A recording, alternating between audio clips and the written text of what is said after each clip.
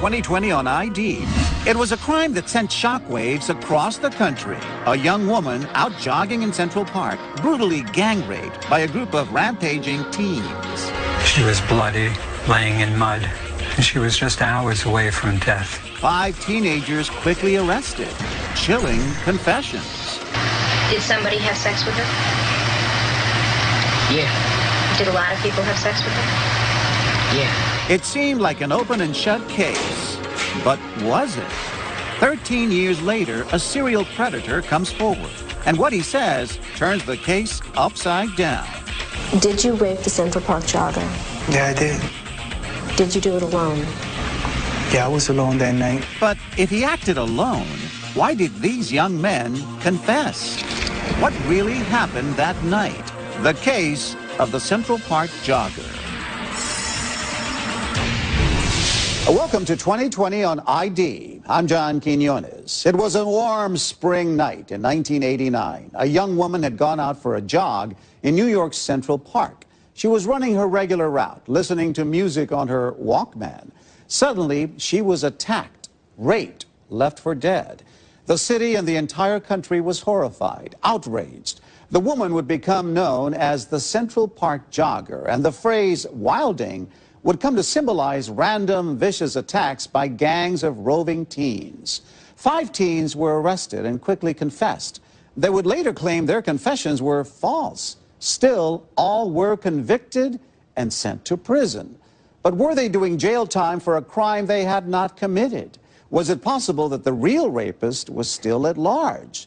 As Cynthia McFadden first reported in 2002, 13 years after that chilling night, another person came forward, forcing everyone to re-examine what they thought they knew so many years ago. It is an unusually warm spring night in Central Park, that terrible night. Joggers and bikers are out in force.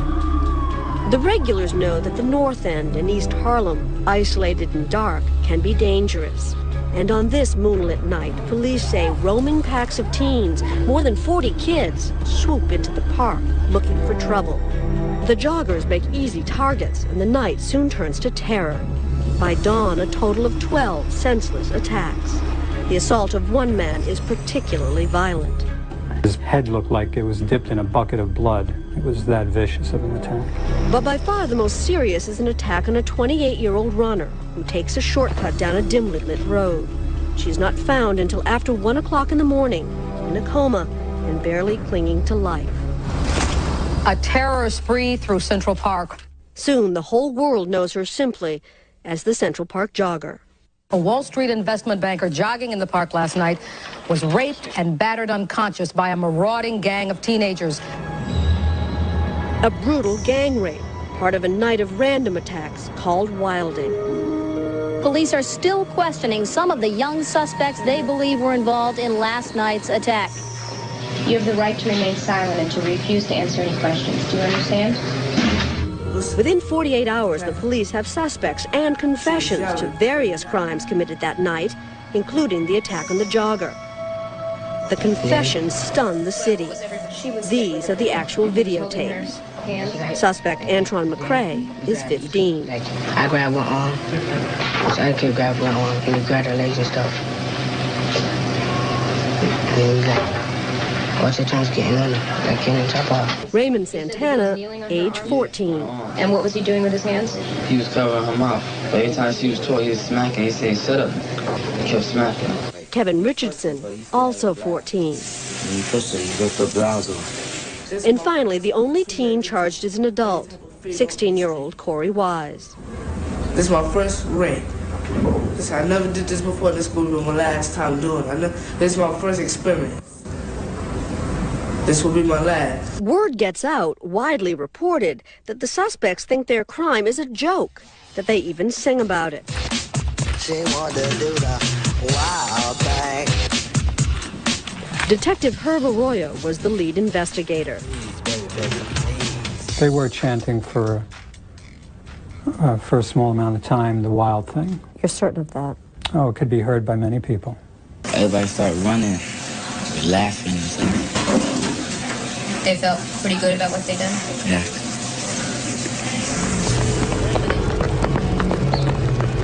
In Central Park, fellow joggers expressed their sympathy and their rage. I know I just wanted to come up here, find somebody, and do bodily harm.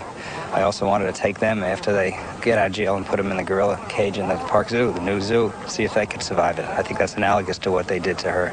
There is anger over this incident that seems to have only grown in the days since the assault occurred. For a city that has been simmering for years over the issue of race, this vicious crime with young black defendants and a white female victim brings the issue to the boiling point. You don't think this would happen? You don't think we would be here if there was a black woman? No, if it was a black woman, y'all wouldn't even be here. This city has two ways of dealing with crime victims. One when you're white, one when you're not. You would like to execute them now. Is that your position? The debate soon erupts on national television. And these kids should be made examples for the rest of the country that if you do a crime, you're going to get convicted. If you're guilty, you're either going to jail or you're going to hang. Say she survives. These rapists, the punishment has to fit the crime. Castrate them. They can't rape again.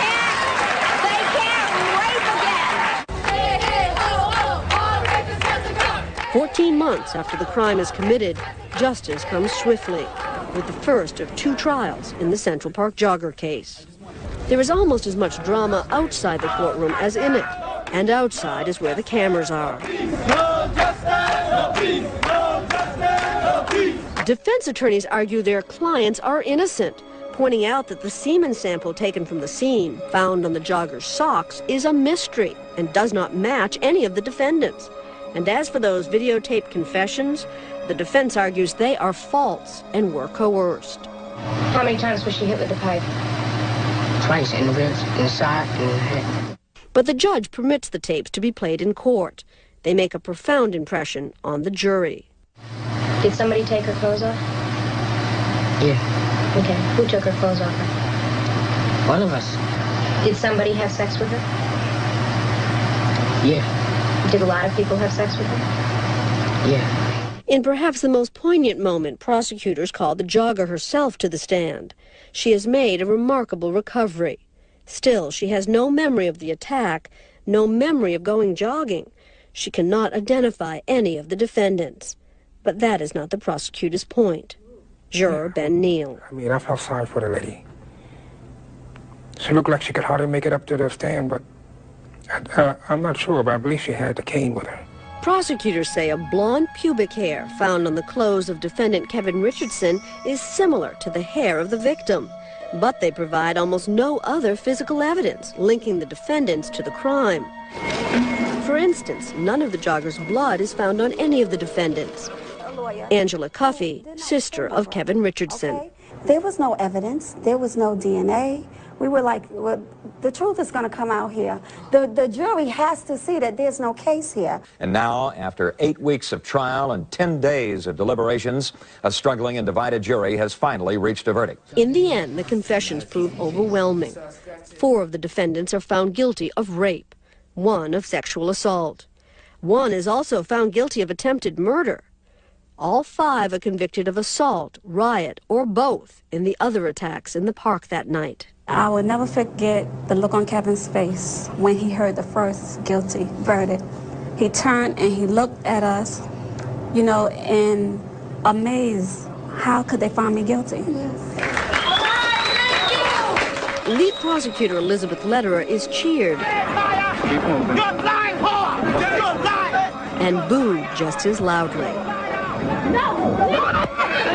The defendants' families take their rage out on the press.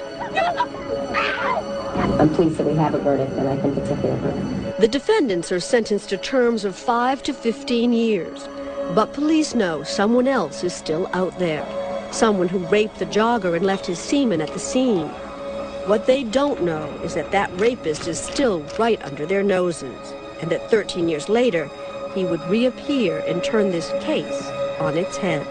Did you rape the Central Park jogger? When we return, a jailhouse confession from a man who says he attacked the Central Park jogger. She was conscious and scared, whatever, and I struck her with a rock. I left her there. I thought I left her for dead. And another woman's narrow escape from the same man. He grabbed me from behind, kind of like in a headlock. He had a knife. It was pointing right at my throat, and he said, "If you scream, I'll kill you." Stay with us. 5 teens were sent to prison after they were convicted for the vicious attack on the young woman who became known as the Central Park Jogger. But 13 years after the crime, a serial rapist came forward from prison confessing he alone attacked the jogger. In 2002, he gave Cynthia McFadden a dramatic account of what he says really happened that night. Did you attack the Central Park Jogger? Yeah, I did. Did you do it alone? Mm-hmm. Absolutely. Did you rape her? Yes. Did you beat her? Mm-hmm. Did you leave her for dead? I thought I left her there for dead. I didn't, you know, she was out. When I look back and I could, when somebody's nostrils, nose or something might be broken and blood might be triggering to that, it sounds like a harsh sound. And I heard, as I was walking away, I heard the heavy breathing. This is Matias Reyes, in prison today.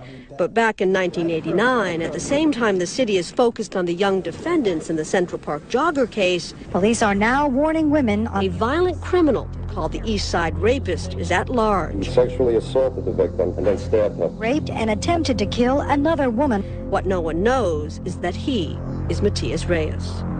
It appears that Reyes had been preying on innocent women in New York City for almost a year. In the fall of 1988, 7 months before the Central Park Jogger was attacked, police believe he began his 10-month bloody rampage here at the Church of the Heavenly Rest in Manhattan. The district attorney's office believes that you were his first victim. Yes, I kind of feel like I was practice for him. Jackie Herback was a 27-year-old aspiring actress when she sought out the solitude of this church on the edge of Central Park during lunch. She was startled when Reyes tapped her on the shoulder and asked for the time. Uneasy, she got up to go. As I was leaving the church, he grabbed me from behind, kind of like in a headlock. He had a knife. It was pointing right at my throat, and he said, "If you scream, I'll kill you." She says he dragged her down the stairs inside the church, demanded her money and jewelry, then began to choke her. He went crazy. He became very violent, very scary. He started to choke me really, really hard. All the blood vessels in my eyes had burst, so my eyes were filled with blood. What were you thinking? I thought I was going to die. She passed out. Within moments, she said, she opened her eyes to a new demand. He then said, "Now take your blouse off." And I took my blouse off, and then I knew that he was going to rape me. And I just kept saying like a mantra over and over, "Please don't rape me, please don't rape me." And I don't know where these words came from to this day. I don't know. I just yelled out. I said, I have an infection. I have something. You know, you don't want to catch it. And he changed his mind. Reyes fled, and although Jackie filed a police report, there would be no arrest. Matias Reyes had gotten a taste of what it was like to brutalize a woman and get away with it. He was cruel. He enjoyed my fear. You could see that. Yeah. For the next 10 months, Reyes continues to assault women in New York City. Finally, in August of 1989, 4 months after the Jogger attack, Reyes is arrested and admits to robbing, raping, and viciously attacking 4 women and murdering one of them. And though he keeps his role in the Central Park case a secret, Reyes does tell detectives about his M.O., how he works alone, and about the sadistic choice he gave victims so they couldn't ID him. I just told her, your eyes are your life, that's it. You said to her, your eyes are your life? Yeah, and I poked in the eye. With the knife? Yeah, with the butter knife. He is a merciless killer, raping and stabbing a pregnant woman in her basement apartment while her children cried in the next room. When she was saying, "Oh, you stabbed me," I don't remember where. I kept on stabbing her, and I don't know in what places I got it. My babies were screaming, too. Reyes is sentenced to 33 1/3 years to life in prison. But despite the fact that he attacked his victims only blocks from where the jogger was found, neither the police nor prosecutors made the link. It was like a perfect crime. The only reason it didn't come up is because I got away with it. Until now, and only because he's speaking out. And there is one indisputable fact that makes his confession credible. Remember the socks and the mystery semen? Investigators say the DNA is his, a match. Walk me through your attack of the Central Park jogger. He started following her as she ran north here on the park's main road. He drew us a detailed map of his route that night. He says the moment he saw her, he began running behind her. But one of the things that drew me about her was her body and the spandex that she had on. So she also had a Walkman. When you first saw her, what was your intention? To attack her, to take everything that she had and to rape her. And that was already in my head. And as she proceeded to go alone, she wasn't jogging that fast. So I zigzagged back and forth from the bridle path to the street. He's stalking her, pacing her for several minutes.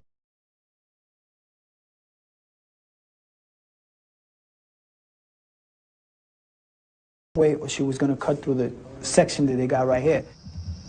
She turns left down the dimly lit shortcut.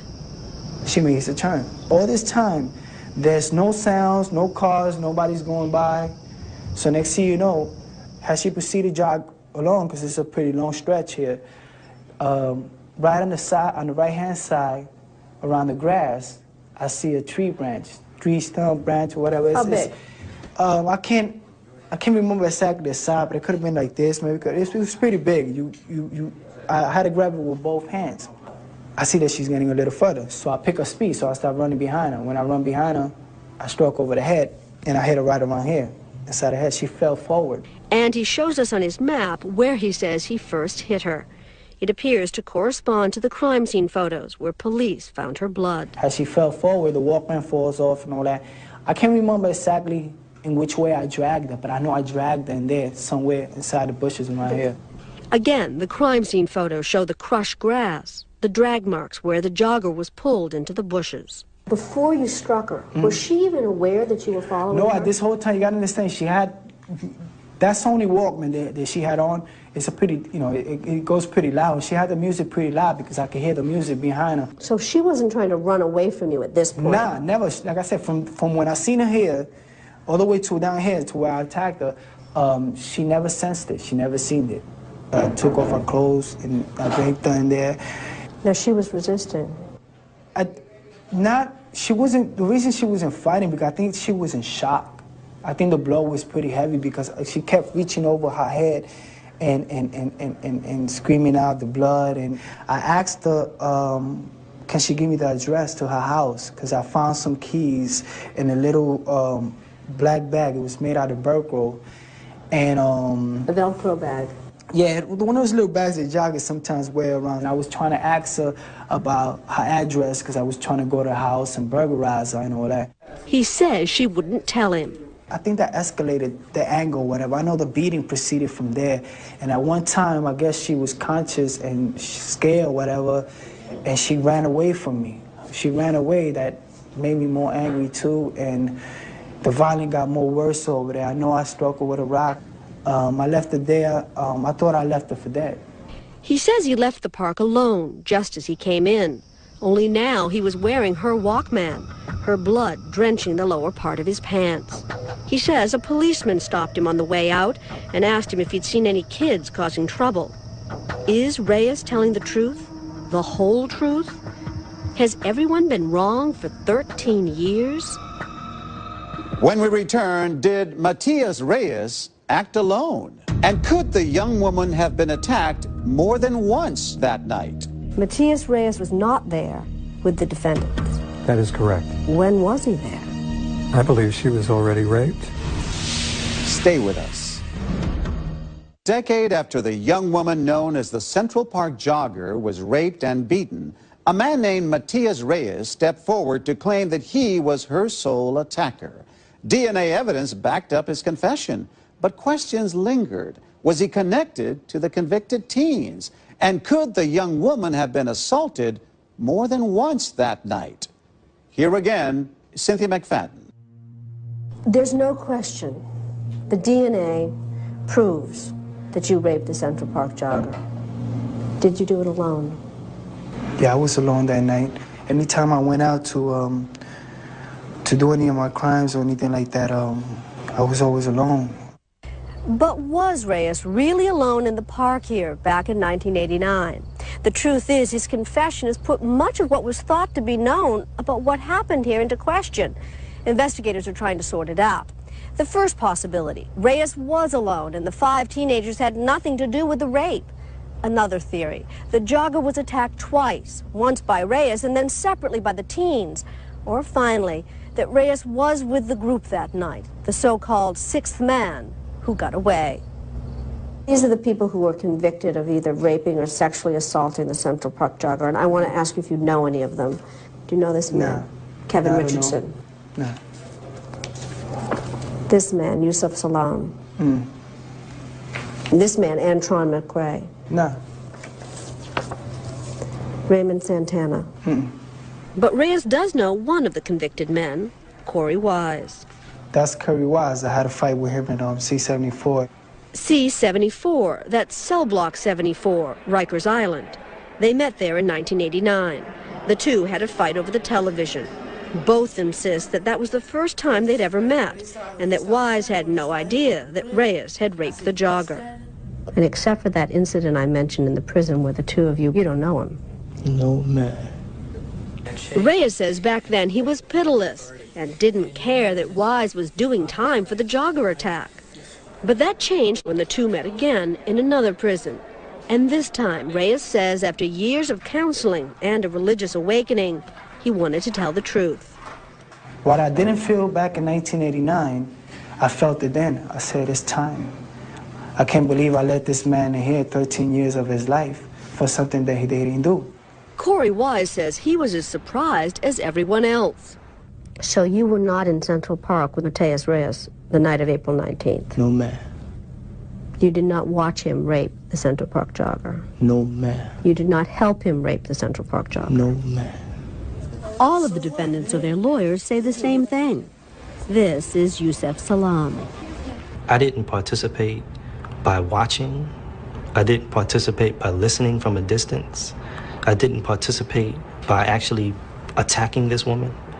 I didn't participate at all. Salam says he was in the park that night. At trial, he testified he had a metal pipe with him, but his lawyer said we couldn't ask him about it. He served 7 years in a juvenile facility. I have never heard, never seen. I didn't know anything about Mateus Reyes. Never saw him before in my life.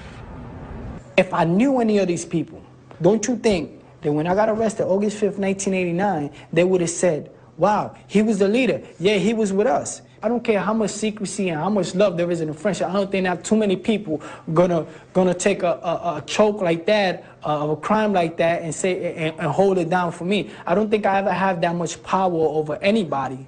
In other words, somewhere along the line, one of the jail teens would have given him up, he says. It's common sense.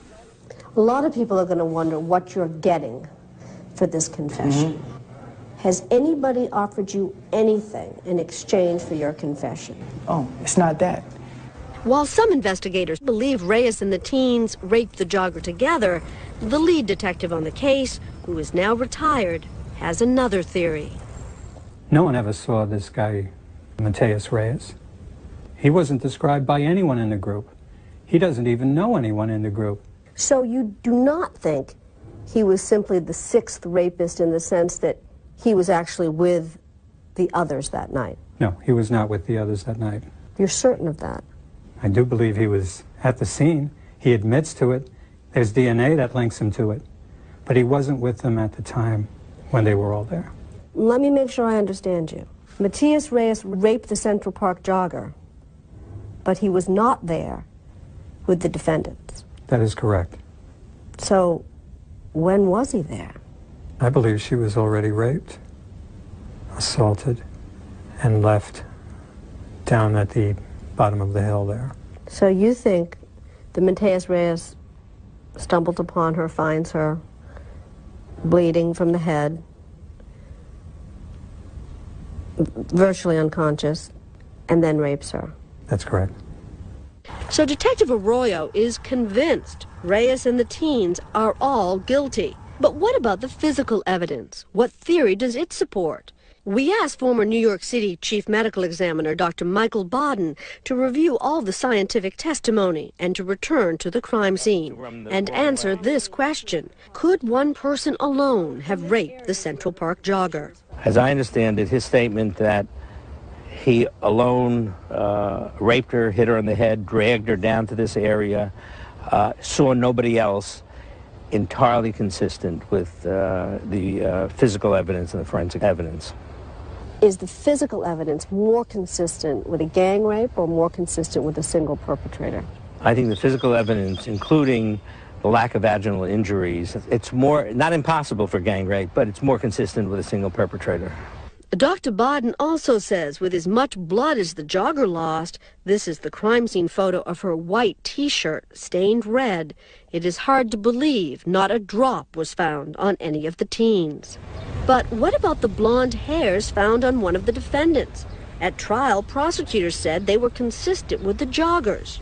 After Reyes came forward, the hairs were retested using new DNA technology, and they are not the joggers. Investigators tell us they are retesting everything, but sources say none of it so far links the teens to the rape. We've scratched our head from day one on this. This was a case with very little physical evidence. This was a case that really was on the sole merits of the statements provided. And so if those statements crumble, the case crumbles. That would be fair to say. When we come back, lingering questions about what the teen said on videotape. I believe these kids did it.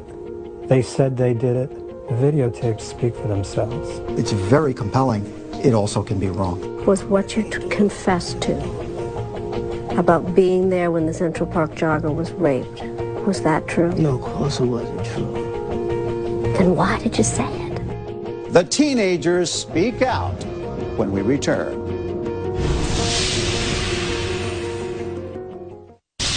Five teenagers found guilty of raping the Central Park jogger were largely convicted based on chilling on-camera confessions. But if Mateus Reyes was right and he alone carried out the assault, then what to make of the teens' graphic confessions? Were they coerced to make them? Once again, Cynthia McFadden. It's 1 a.m. in the 24th precinct, one day after the Central Park jogger was found raped and left for dead. And that night of videotaped confessions about assaults and a brutal rape begins. The first is Antron McCrae. I grabbed one arm. Then Raymond Santana. He said, "Shut up." I kept smacking. Kevin Richardson. You pussy, you ripped the blouse off. And several hours later, Corey Wise. This is my first rape. Today, he says it's difficult for him to watch himself that night. That kid is scared. That kid is scared. Have you told us the truth now? Yes, ma'am. When you see yourself at 16, what are you seeing? A now ruined kid. A now ruined kid? All five, who were convicted largely because of their own words, say those confessions were false and coerced. But Detective Bert Arroyo sat in on some of those confessions and says everything went by the book. The confessions were given voluntarily. Yes. The confessions were given without coercion. Yes. I believe these kids did it. They said they did it. The videotapes speak for themselves. Police say they interviewed more than 30 kids who were in the park that night, and many of them quickly focused suspicions on the five teens.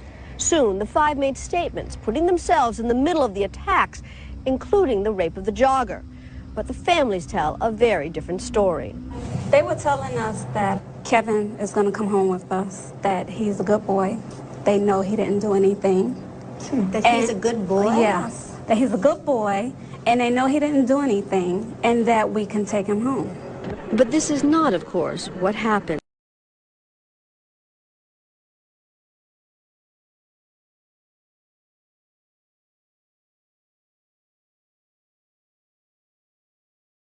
is Kevin Richardson's mother. Every 15, 20 minutes, I kept going to the door, and I said, look, I want to see my son. And they still wouldn't let us see them. How long did this go on? All night. All night? All night. There were no kids questioned without a parent present. And every single written statement shows that clearly. The parents signed them? Parents signed them. Also present are, I believe, your parents. And parents were also there during the juveniles' videotape confessions. So why didn't they object then? They say it was because police led them to believe their children were merely witnesses, not suspects, and that after making the tapes, they'd be released. Had we known that they were going to turn around and say that he raped her, you think we would have let him do a videotape? Inside the interrogation room, Yusuf Salam says the pressure was intense, with police playing different roles. Some of them wanting to attack you, others holding them back, others telling you, you better tell us something. It could be almost tantamount to someone having a gun to your head. You're 15 years old, but you know sooner or later that bullet is going to come out. That's the type of feeling that I had.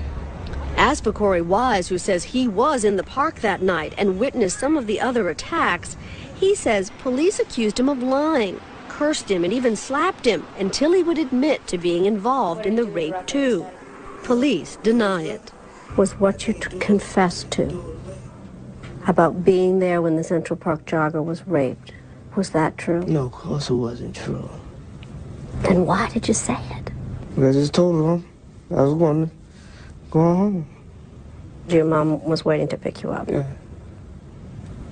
And I fell for it, the hokey doke. I fell for it. When did it hit you weren't going home? When the officer said you ain't going home, you're going straight to jail. You ain't going home. You got yourself a new home. No one ever promised any of these defendants that they could go home. No one. Absolutely not. This is in their own minds. So the parents are lying when they say that these promises were made? They absolutely are lying.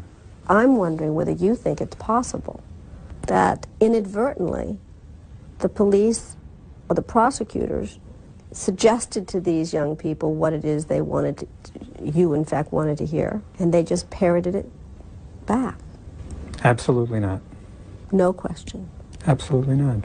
I'm trying to place myself back in 1989, and a particularly heinous crime is committed. I mean, this city and was... the city is an outrage. Professor Saul Casson of Williams College and Richard Offshee of Berkeley are two of the country's leading confession experts. And there are these kids in the park making trouble. I understand why they brought them in. I understand the linkage. If you believe the person you're coercing is guilty, you can inadvertently coerce a false confession, when in fact they're not. Both have testified numerous times for the defense. We asked them to review some of the evidence in this case, to tell us, is it possible 5 people could have confessed to a crime they didn't commit? I gotta tell you, the first time I sat down and looked at these confessions, they are very powerfully persuasive. I'm thinking, what's the issue here? What are we talking about? These people confessed. That's my impression every time I look at what turns out to be a false confession. And the reason is you get graphic, vivid details. It's very compelling. It also can be wrong. It happens more often than you might think. In fact, estimates are of the 100 or so cases where DNA has proved someone innocent, about 1 in 5 involved a false confession. But how can you get the facts of the crime if you weren't there? There's only one way. Somebody told you about it. The police? That's what typically happens in a false confession case. Wise says that's just what happened to him. That police and prosecutors told him what to say. In fact, after he was arrested, but before he sat down in front of that video camera, he was brought to the scene of the crime. Corey Wise was taken to the crime scene before giving his videotape confession. Does that concern you at all? In what way? That it might color what he says in the statement? And he's showing us where things happened. Mm-hmm. Do I see something wrong with that? No.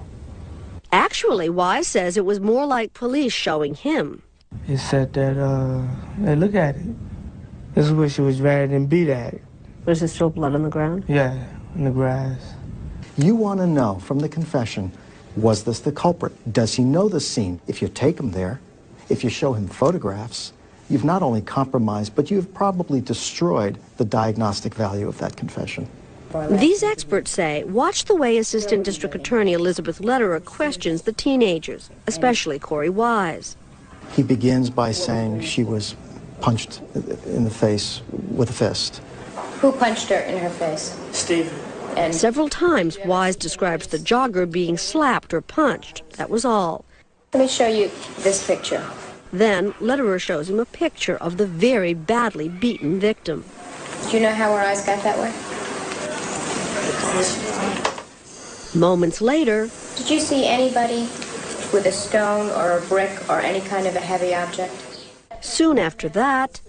How did she get the injuries that she had when you finally saw her? I mean, you get a punch, you see a fighter, you get a punch, you get a bruise. Finally, after more than an hour of questioning, is he beginning to tell the truth or to lie? And more it looks like it's from like a rock. And I'm telling you, Corey, I don't want you to think that you have to say that, but I want to know what you saw that explains how she got so badly hurt. I did see Kevin pick up a hand rock, a small hand rock. When I looked at this tape the first time, I say to myself, Elizabeth Lederer is just doing a terrific job of getting this kid who is lying to tell the truth. What you see is Elizabeth Lederer working like mad to try to get these kids to say things that are consistent with the facts as she knows them. Another problem, say the experts, factual errors and inconsistencies. Lots of them. Okay, who was the first person who got on top of her? Antoine got on top of her. Santana says it was Kevin Richardson. What was Kevin doing? He was having sex with her. And Wise first says it was Raymond Santana. It was Raymond. And then that it was someone else named Steve. It was Steve.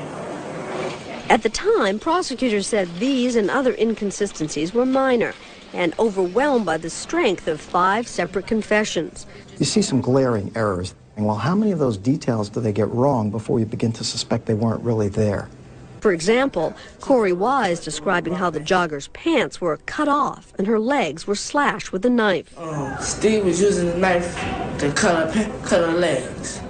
In fact, everyone agrees the jogger's pants were not cut and none of her injuries were from a knife. There was no knife. There's no knife, no but a lie. Were you just making up some of the facts as you went along? Just to give them what they want to hear. When we return, years later, the teens and their families look back. I'm sorry what happened to this woman, but I'm sorry for my son. They had to do 7 years of his life. Stay with us. How would Matias Reyes's confession change the lives of the teens convicted in the rape and beating of the Central Park jogger? With the conclusion of our story, here is Cynthia McFadden. Did you attack the Central Park jogger? Yeah, I did. Did you do it alone? Mm-hmm. Absolutely. Until Matias Reyes came forward, no one in the district attorney's office gave the defendants and their families' claims of false confessions much credence. But now investigators are looking again. I know it must have been hard to be in jail all those years. I just hope that the people in the courts, the people that got the power to do something, will put the egos aside and say, you know, say the truth. Antron McCrae's mother, Linda. You know, 13 years I prayed for this day.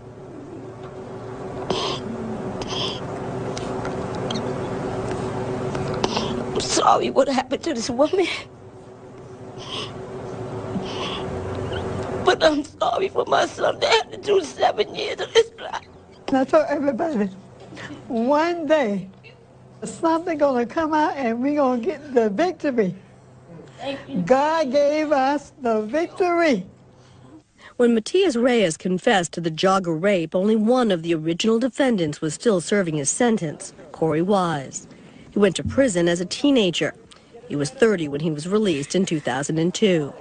These are his first moments of freedom as a grown man. Corey! Reunited with his mother after 13 years. He's unsteady on his feet. Of all of the defendants, Corey Wise was the only teen charged as an adult. As a result, he served by far the longest sentence. Being deprived of life, it crippled me. And what of the others? Yusuf Salam, now married with 2 babies, has a college degree and is starting a business and wants his past cleared so he can move on with his life. What would be justice now would be for the DA's office to come out and say, we actually did these guys a great injustice. That will be for a judge to decide. The legal standard? Is it probable this new information would have changed the outcome of the trial? The lead detective on the case says vacating the convictions would simply be wrong. I think it would be a sad day for New York, be a sad day for justice. Investigators emphasize, even if a judge does vacate the convictions of the 5 young men for assault and rape of the jogger, their convictions relating to other brutal attacks in the park that night could still stand. As for Matias Reyes, a convicted rapist and murderer, believe him or not, he wants to apologize. They never did anything bad in their life to deserve that. It was just, I was off the hook. I was out of control. There was no way that it could have stopped me. And I deserve everything that has happened to me. I deserve the time, and that I'm sorry.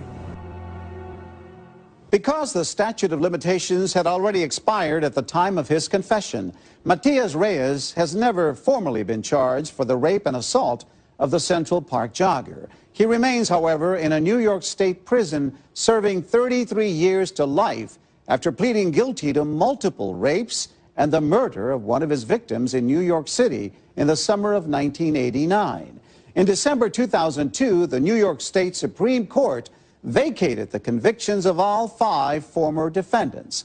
As of 2013, they're suing the city of New York for a total of $250 million, claiming violation of their civil rights. The city denies those claims. The Central Park jogger has since come forward as Tricia Miley. She wrote a book about her recovery and works to inspire others to overcome hardship in their lives.